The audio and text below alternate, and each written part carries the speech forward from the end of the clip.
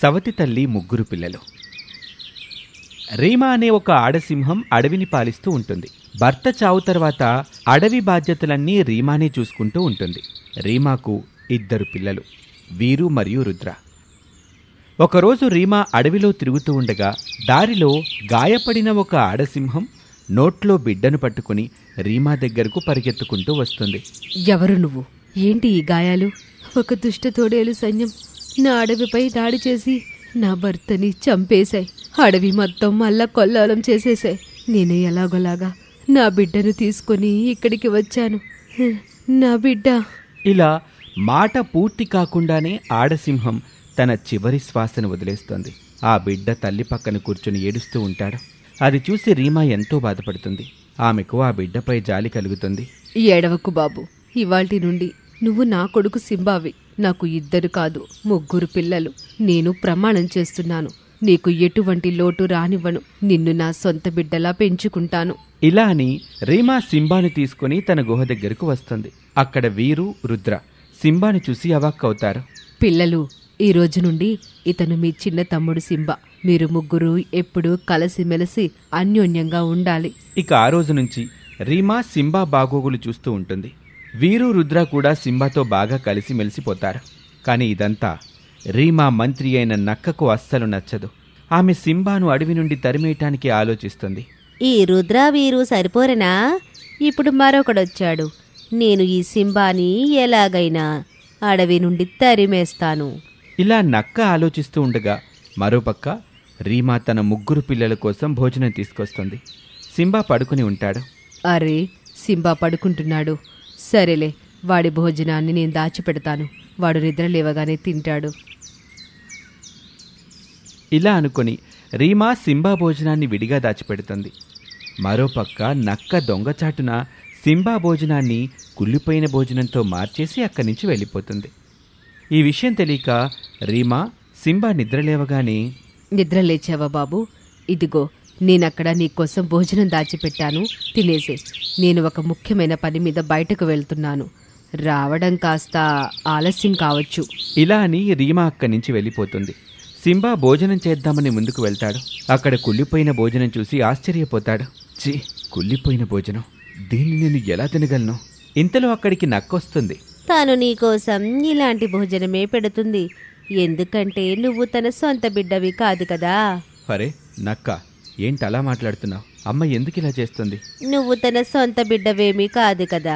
నీకు స్వచ్ఛమైన మంచి ఆహారాన్ని పెట్టడానికి తను స్వచ్ఛమైన మంచి భోజనం తన సొంత బిడ్డలైన వీరు అలాగే రుద్రకి పెట్టుకుంది.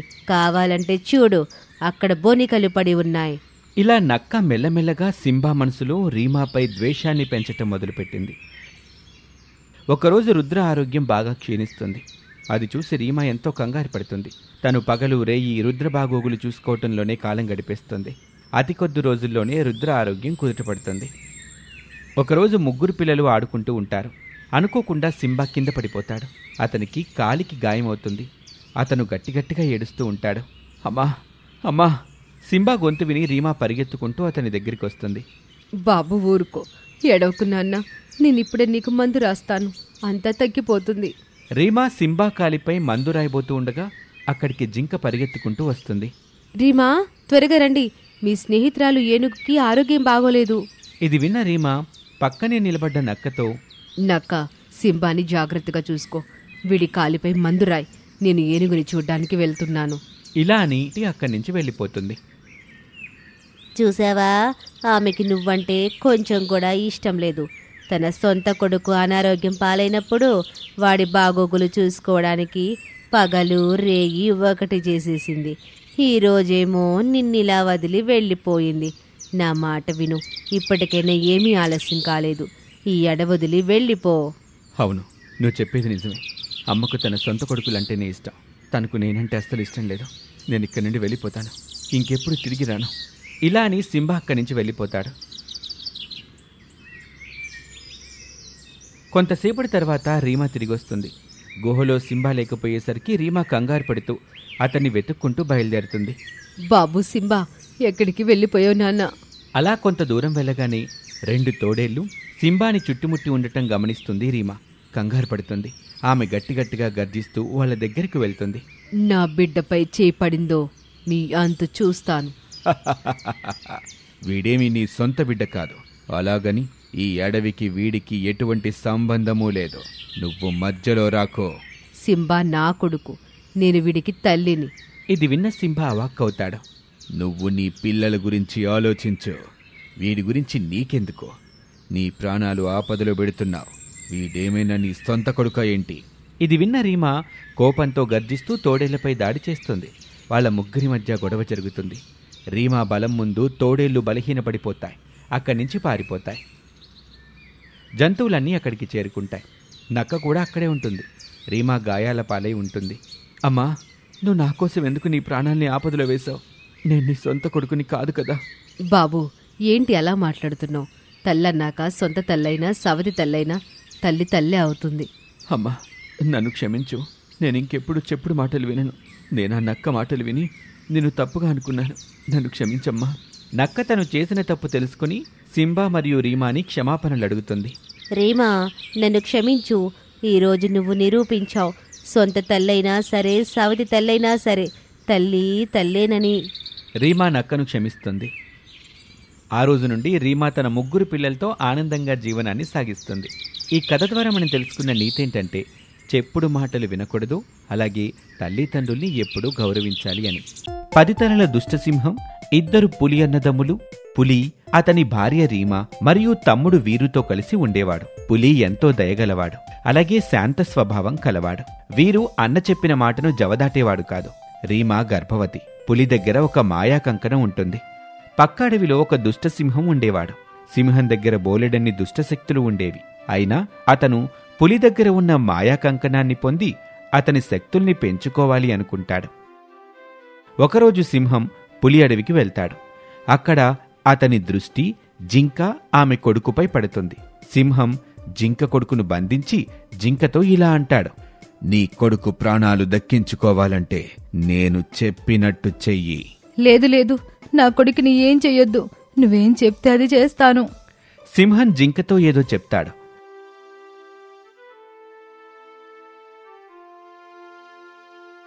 జింక పులి దగ్గరకు పరిగెత్తుకుంటూ వెళ్లి ఇలా అంటుంది: మహారాజా, నా కొడుకుని కాపాడండి. ఒక దుష్ట తోడేలు చెరువు దగ్గర నా బిడ్డను ఎత్తుకుపోయాడు. ఎంత ధైర్యం వాడికి! నువ్వేం కంగారు పడకు, నేను నీ బిడ్డని తిరిగి తీసుకొస్తాను. అన్నా, నువ్వుండు, నేను వెళ్తాను. లేదు, నువ్విక్కడే ఉండు. రీమాని జాగ్రత్తగా చూసుకో. నేను వెంటనే తిరిగొస్తాను. ఇలా పులి తోడేల్ని వెతుక్కుంటూ బయలుదేరుతాడు. ఎంతసేపైనా పులి తిరిగి రాకపోవటంతో రీమా కంగారు పడుతూ ఇలా అంటుంది: వీరు, మీ అన్న వెళ్లి చాలాసేపయింది, ఇంకా తిరిగి రాలేదు. నాకెందుకో కంగారుగా ఉంది. వెళ్ళి చూడు. కాని నేను నిన్ను ఒంటరిగా వదిలి ఎలా వెళ్ళను? నువ్వు నా గురించి కంగారు పడకు. నాకు ఏమీ అవ్వదు. నువ్వెంటనే వెళ్ళు. సరే, నేను నక్కని నీకు తోడుగా పెట్టి వెళ్తాను. నీకేమైనా అవసరమైతే నక్కని అడుగు. ఇలా వీరు నక్కను రీమా దగ్గర వదిలి వెళ్తాడు. వీరు వెళ్ళగానే సింహం రీమా దగ్గరికొస్తాడు. రీమా గుహలో పడుకొని ఉంటుంది. నక్క సింహాన్ని చూసి కంగారు పడుతుంది. ఎవరు నువ్వు ఎక్కడి నుంచి వచ్చావు? అక్కడికి తిరిగి వెళ్ళిపో. నన్నే పొమ్మంటావా? ఇప్పుడు చూడు నేను నిన్ను ఏం చేస్తానో. సింహం అతని దుష్టశక్తుల్ని ఉపయోగించి నక్కను గాయపరుస్తాడు. బయట జరిగే అలజడికి గుహలో పడుకొని ఉన్న రీమా ఒక్కసారిగా నిద్రలో నుండి లేస్తుంది. తను నక్క గాయపడి ఉండటం చూసి కంగారు పడుతుంది. సింహం అతని దుష్టశక్తిని ఉపయోగించి రీమాను బంధించి అక్కడ్నుంచి తీసుకుని వెళ్తాడు. మరోపక్క పులి మరియు వీరు ఇద్దరూ తిరిగి ఇంటికి వస్తారు. వాళ్ళు గాయపడి ఉన్న నక్కని చూసి కంగారు పడతారు. నీకేమైంది? ఎవరు నీపై దాడి చేశారు? రీమా ఎక్కడుంది? నక్క నొప్పులతో బాధపడుతూ పులికి జరిగిన విషయం మొత్తం వివరించి చెప్పి చనిపోతుంది. పులి, వీరు రీమాను వెతుక్కుంటూ బయలుదేరతారు. దారిలో జింక అతని కొడుకు చనిపోయి ఉంటారు. అరే, ఈ జింక నా దగ్గరకు సహాయం కోసం వచ్చింది కదా. ఈమెను ఎవరు చంపారు? అన్నా, మీరు చెరువు దగ్గరికి వెళ్లారు కదా, అక్కడ ఏం జరిగింది? నేనక్కడ చాలాసేపు వెతికాను, కానీ నాకు ఎవరూ కనిపించలేదు. సరేలే అని నేను తిరిగొస్తుండగా దారిలో నువ్వు కనిపించావు. పులి, వీరు ఇలా మాట్లాడుకుంటూ ఉండగా అక్కడికి చింటూ అనే కోతి వస్తాడు. మహారాజా, మీరేంటిక్కడ? పులి చింటూకి జరిగిన విషయం మొత్తం చెప్తాడు. మహారాజా, మీరు కంగారు పడకండి. నేను నా స్నేహితులు అడవి మొత్తాన్ని గాలించి ఆ దుష్ట సింహం ఎక్కడున్నాడో కనిపెడతాము. ఇలా చింటూ, అతని వానర సైన్యం రీమాను వెతకటంలో నిమగ్నమవుతారు. అలా వెతుకుతూ వెతుకుతూ చింటూ సింహం అడవికి వెళ్తాడు. అక్కడ రీమా బంధించబడి ఉంటుంది. అతను సింహంతో ఇలా అంటాడు. నీకెంత ధైర్యం ఉంటే మా అడవికి వచ్చి మా రాణిని బంధిస్తావో, మా రాణిని వదిలేయి, లేదంటే... నీకు ఎంత ధైర్యం నా దగ్గరకొచ్చి నాతోనే ఇలా మాట్లాడతావా? నేను తలుచుకుంటే ఇప్పటికిప్పుడే నిన్ను చంపేయగలను. పెద్దొచ్చాడండి చంపేవాడు, దమ్ముంటే నన్ను పట్టుకొని చూపించు. ఇది విన్న సింహానికి చాలా కోపమొస్తుంది. సింహం చింటూపై అతని దుష్టశక్తుల్ని ప్రయోగిస్తాడు. చింటూ సింహం దాడి నుంచి తప్పించుకోవటానికి అటూ ఇటూ పరుగులు తీస్తాడు. చింటూ అక్కడ్నుంచి పారిపోయి పులి ఉండే అడవికొచ్చి పులికి జరిగిన విషయం మొత్తం చెప్తాడు. ఆ సింహానికి ఎంత ధైర్యం ఉంటే గర్భవతి అయిన నా భార్యను తీసుకెళ్లి బంధిస్తాడు. నేను వాణ్ణి వదలను. చింటూ, నన్ను వాడి దగ్గరికి తీసుకువెళ్ళు. అన్నా, నేను కూడా నీతో వస్తాను. సింహం ఉండే అడవి వైపు బయలుదేరుతారు. ఇక సింహం మరియు పులి ఒకరికొకరు ఎదురుపడతారు. నాకు తెలుసు, నీ భార్యను వెతుక్కుంటూ నువ్విక్కడికి తప్పకుండా వస్తావని. నువ్వు నీ భార్య శ్రేయస్సు కోరుకునేవాడివైతే నీ దగ్గర ఉన్న మాయా కంకణాన్ని నాకిచ్చేయ్. సింహం అతని దుష్టశక్తిని ఉపయోగించి 10 తలల సింహంగా మారిపోతాడు. పులి సింహం మధ్య గొడవ జరుగుతుంది. పులి అతని మాయా కంకణం సహాయంతో 10 తలల దుష్టసింహాన్ని అంతం చేస్తాడు. ఈ కథ ద్వారా మనం తెలుసుకున్న నీతేంటంటే, చెడు ఎంత బలమైనదైనప్పటికీ మంచి ముందు ఓడిపోక తప్పదు అని.